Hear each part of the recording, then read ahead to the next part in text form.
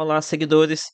Vamos aqui para a segunda parte do Barganhas vs Ciladas. Sendo que aqui eu tô contando com a primeira parte, aquele vídeo lá das barganhas no meio do lixo, né? Onde eu comentei sobre algumas oportunidades envolvendo alguns fundos de qualidade duvidosa. Infelizmente, no momento atual, com esse monte de alta, quem quiser um pouco mais de ganho de capital vai ter que se arriscar um pouco mais, tá? Mas vamos ver aqui algumas outras oportunidades que o nosso mercado não envolvendo fundos tranqueira. Aqui é o Thiago PS, seu canal Fica Esperto. Então, começando aqui por SNFF11, o FOF da Suno. Então, na sexta-feira à noite, saiu aqui um comunicado informando sobre a incorporação do fundo, né? Forma que o TIS Mercado está em estudo avançado para realizar uma reorganização estrutural de CNFF, de integralizar todos os ativos eventual aqui no. E é aquela velha história, né? Jogar o FOF para o hedge fund. Pelo jeito, a tendência é o maior dos FOFs aqui saírem do mercado, né? Os gestores viram que não vai para frente essa classe. Então, aqui mais um caso clássico de trade de incorporação. E aqui, a um primeiro olhar, tem até bastante margem, né? Acho que aqui o FOF da Suno é negociado com 13% de desconto, ou seja, negociado com 0,87, enquanto o hedge fund deles, o SNME, está aqui sendo negociado até com um pouco de ágio. No entanto, esse hedge fund da Suno, que de apenas 68, 69 milhões de reais, tem muito cheiro aqui de cotação manipulada, tá? Cotação forçada para ficar perto do VP com ASH, porque para mim não faz sentido ele estar sendo negociado esses patamares. Até porque também a gente observa aqui a média diária de negociação é bem fácil aqui de se manipular a cotação do fundo. Mas enfim, aqui só batendo aqui pela diferença de PVP dos dois, é um sinal de que pode ter espaço para um trade de incorporação. No entanto, na segunda-feira é bem provável que já tenhamos uma movimentação bem brusca aqui no SNM11. Na verdade, dois fundos, né? Uma queda no hedge fund e uma alta no FOF. Não podemos ser inocentes pensar que apenas eu e você aqui do seu canal vai estar de olho nessa operação. Então, é bem provável que na segunda-feira a margem aqui de lucro já vai cair bastante. Então, tem que esperar isso daí acontecer para observar, né? Mas na condição atual de SNFF, até que vejo margem para lucro, tá? Mas enfim, são fundos que com baixa liquidez, vai dar trabalho de se posicionar. E aqui é só segunda para descobrir, tá? Se vai estar interessante ou não. Então, vou estar dando suporte aqui em tempo real lá no meu grupo Telegram. Quem quiser acompanhar esses trades mais de perto comigo, né? Lembrando que o grupo Telegram é benefício lá do Clube de Membros nível Premium. Ok, então é CNFF. Aqui está barato aqui pensando nesse trade. Mas são fundamentos, colocar aqui no meio do caminho. Ok, também vou dar uma passada de olho aqui na situação de Gary 11. Então, aqui alguns pontos para comentar sobre o preço do fundo. Já tem um tempo que ele está aqui lateralizando aqui na faixa de R$ 9. Enquanto isso, todo o mercado está disparando, né? Principalmente fundos de tijolos. Então, chegou até a bater aqui 9,13 aqui no dia aqui do leilão dos gringos. Será se foram eles que inflaram? Enfim, é jogado aqui para 9,13. Lá para cá caiu e estava chegando a Datacom e ainda não subiu, né?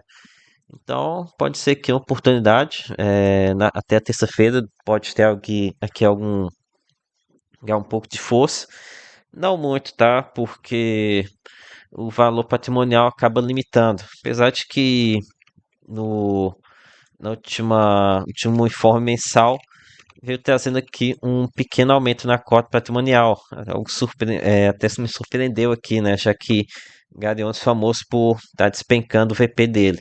Então subiu aqui até 9,24. Então até que tem um pouco mais de margem para a alta da cotação antes de vir uma nova emissão.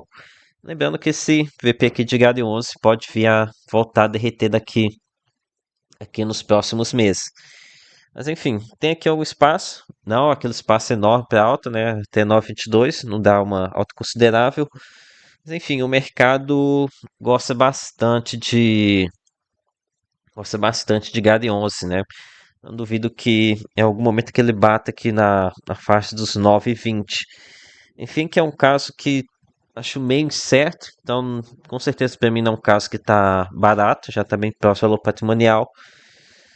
Também não vejo espaço para queda, não acho que o fundo vai cair, ainda mais depois de todos os outros fundos de tijolos ter subido bastante.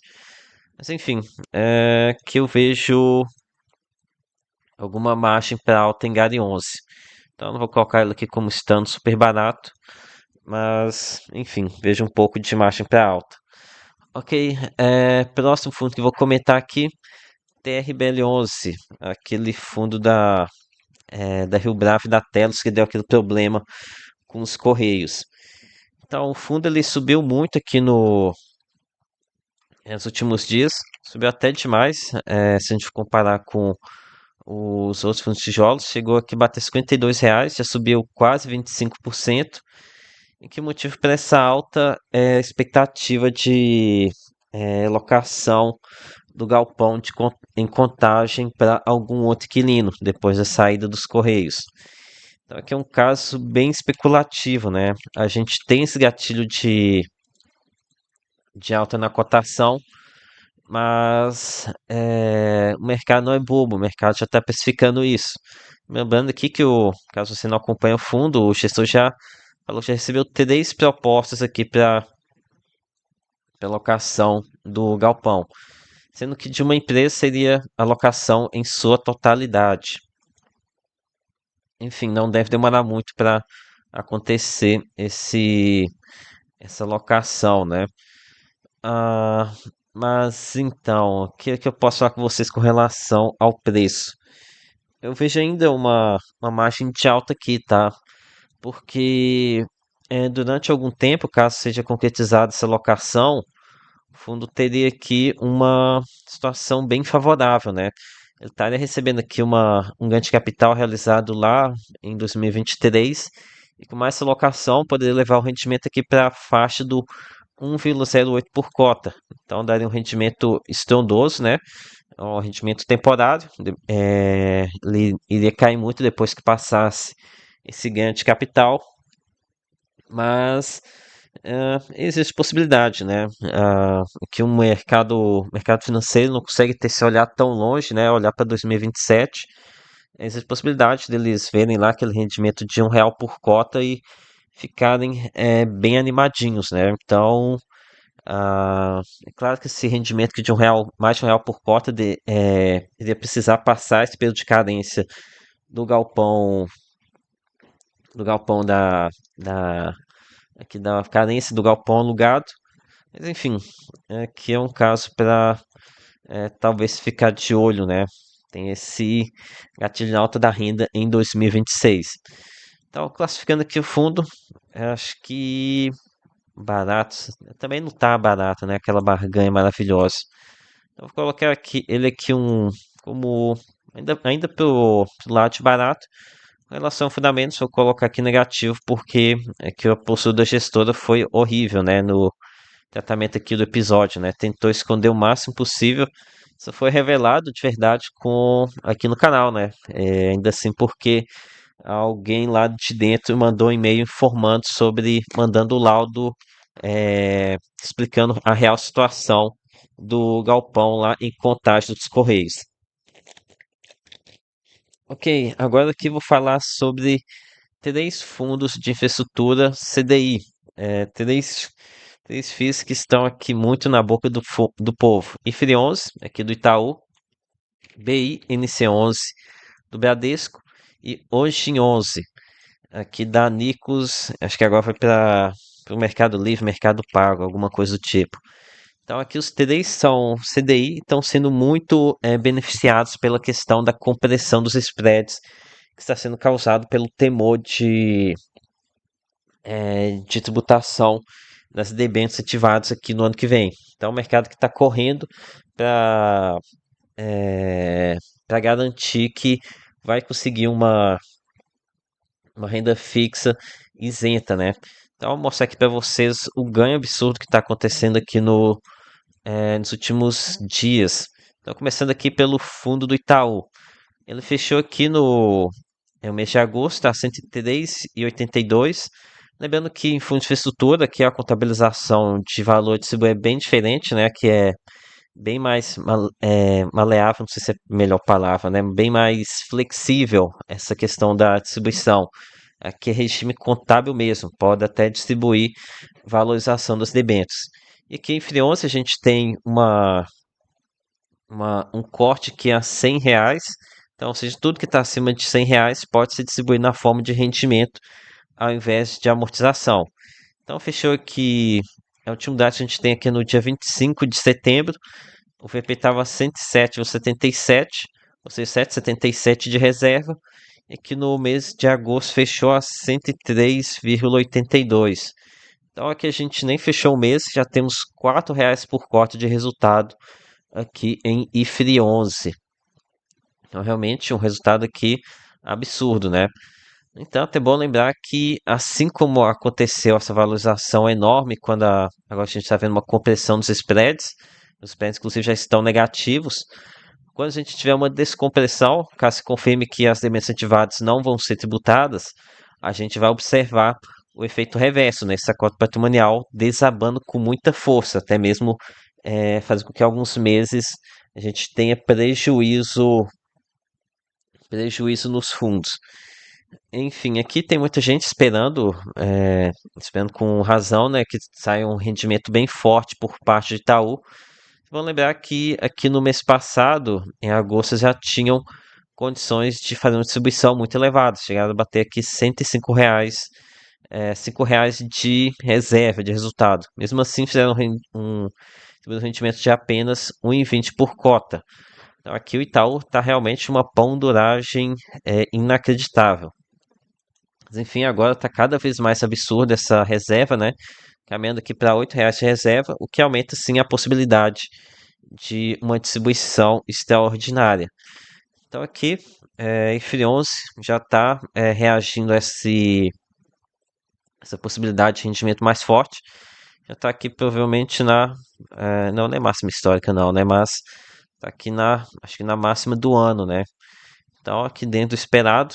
E é que é o seguinte, até falei pro pessoal lá do Telegram, o pessoal lá já comentou isso aqui desde a faixa de R$ 100, o pessoal já está lá comprando com bastante força.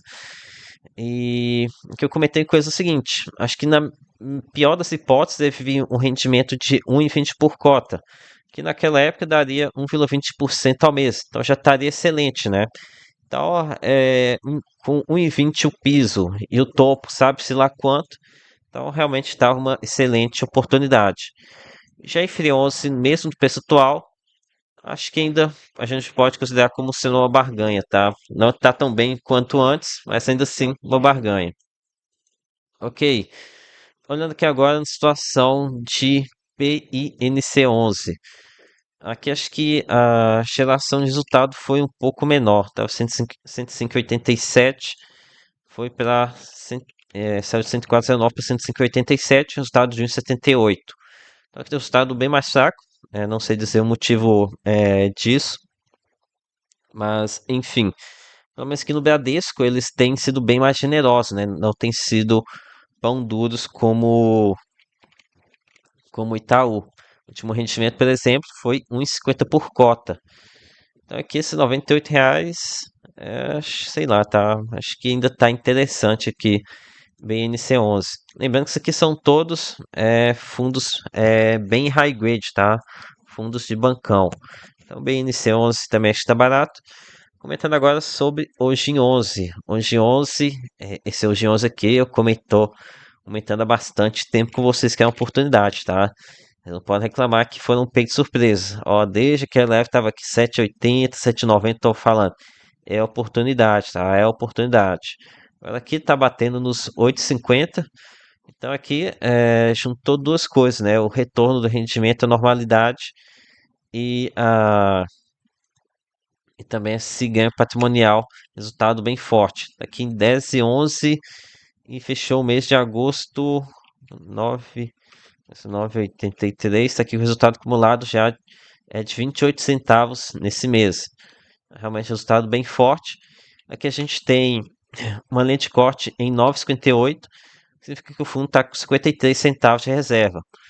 Então, aqui realmente é mais um caso em que basta o gestor querer distribuir um resultado mais forte.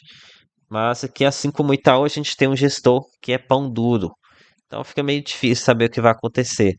Também o próprio gestor aqui da Nicos já alertou que agora o fundo está vivendo aqui uma lua de mel com esse ganho aqui, com essa compensação de spreads, mas ele já está alertando que algum momento vai ter essa descompressão e a cotação vai, ao patrimonial, pode vir a desabar. Ok? Então aqui, hoje em 11 já subiu bastante, mas também não acho que esteja caro, tá? Enfim, coloca ela aqui do lado do barganha também. Mas aqui com uma qualidade um pouco menor, né? Mas enfim, galera, então foi isso aqui. Peça seu like, se inscreva no canal. Não esqueça nada aqui é recomendação de compra ou de venda. Até a próxima.